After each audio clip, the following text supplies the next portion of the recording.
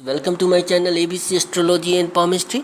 दोस्तों, आज के इस वीडियो में हथेली पर बनने वाले महाधन लक्ष्मी योग के बारे में समझेंगे।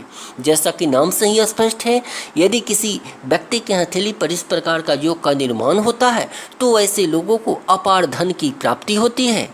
ये लोग ऐश्वर्यवान, सुखी और महान धनी होते हैं। इन्हें जीवन भर अलग अलग स्रोतों से धन की प्राप्ति होती है। इन लोगों के पास धन की कभी कोई कमी नहीं रहती। तो आप भी कुछ नया सीखना चाहते हैं तो प्लीज़ इस वीडियो को शुरू से अंत तक जरूर देखें और कर दीजिए मेरे इस चैनल को सब्सक्राइब, क्योंकि यहाँ आपको मिलेगा कुछ इसी प्रकार की ढेर सारी रोचक जानकारी। आपका कोई सुझाव या कमेंट हो या कोई प्रश्न हो तो ज़रूर शेयर करें। दोस्तों, हथेली पर इस प्रमुख योग के निर्माण के लिए हम 4 प्रमुख पर्वतों का एनालिसिस करते हैं। और ये पर्वत है आपका गुरु, शुक्र, बुध और चंद्र। और जैसा कि हम जानते हैं कि गुरु हथेली के इस भाग को कहते हैं, यानी तर्जनी उंगली का आधार गुरु का क्षेत्र कहलाता है। शुक्र इस पर्वत को कहते हैं, यानी अंगूठा का आधार। बुध आपका कनिष्ठा का आधार। और चंद्र यानी हथेली का यह भाग। तो दोस्तों, जिन लोगों के हथेली में भी यह 4 पर्वत अर्थात गुरु, शुक्र, बुध और चंद्र यह विकसित अवस्था में हो, तो ऐसा परिस्थिति में उनके हथेली में धन लक्ष्मी योग का निर्माण होता है। अब यहाँ प्रश्न उठता है कि हम कैसे जानें कि यह पर्वत विकसित अवस्था में है अथवा विकसित अवस्था में नहीं है। तो इसके लिए दोस्तों, जैसा कि मैंने बार बार आपको बतलाया है कि जो पर्वत हथेली पर अधिक स्थान में फैला हुआ हो,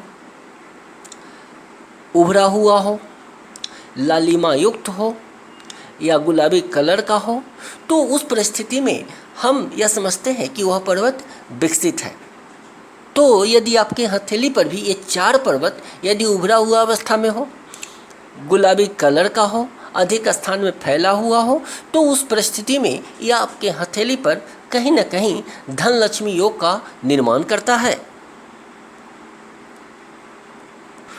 दोस्तों, जन्म कुंडली में भी यदि ये 4 ग्रह यदि बली अवस्था में अपने उच्च राशि में कुंडली के केंद्रीय भाव अर्थात 1, 4, 7 और 10 भाव में स्थित होता है, तो इस प्रकार का योग का निर्माण होता है। दोस्तों, यहाँ एक प्रश्न उठता है कि इस योग को हम धन लक्ष्मी योग क्यों कहते हैं। तो जैसा कि हम जानते हैं कि गुरु का पर्वत हमारे स्पिरिचुअलिटी और हमारी बौद्धिक क्षमता को रिप्रेजेंट करता है। शुक्र का पर्वत हमारी ऐश्वर्य और सुख का कारक माना जाता है। बुध का पर्वत हमारे व्यापारिक कुशलता और वाक कुशलता का प्रतिनिधित्व करता है। और चंद्र का पर्वत हमारे मानसिक स्तर के बारे में बतलाता है। तो स्पष्ट है दोस्तों, जिन व्यक्तियों के हथेली में भी ये 4 पर्वत पूर्ण रूप से विकसित होंगे, ऐसे लोगों को अपने जीवन में किसी चीज़ का कष्ट नहीं होगा। ऐसे लोगों को उन सभी प्रकार के सुखों की प्राप्ति होगी जिसकी कामना इनके मन में होगा। दोस्तों, इसमें एक और ध्यान देने वाली बात है कि इस पर्वत में या इस हथेली में शुक्र पर्वत जरूरत से ज़्यादा विकसित शुभ नहीं माना जाता है, क्योंकि यदि शुक्र जरूरत से ज़्यादा विकसित होगा तो वह अच्छे के बजाय हमें बुरा फल की प्राप्ति होती है। तो दोस्तों, यह कुछ प्रभाव जो कि हथेली पर हमारे धन लक्ष्मी योग बनने से हमें मिल पाता है। इसके साथ ही ये वीडियो देखने के लिए आप सभी का धन्यवाद।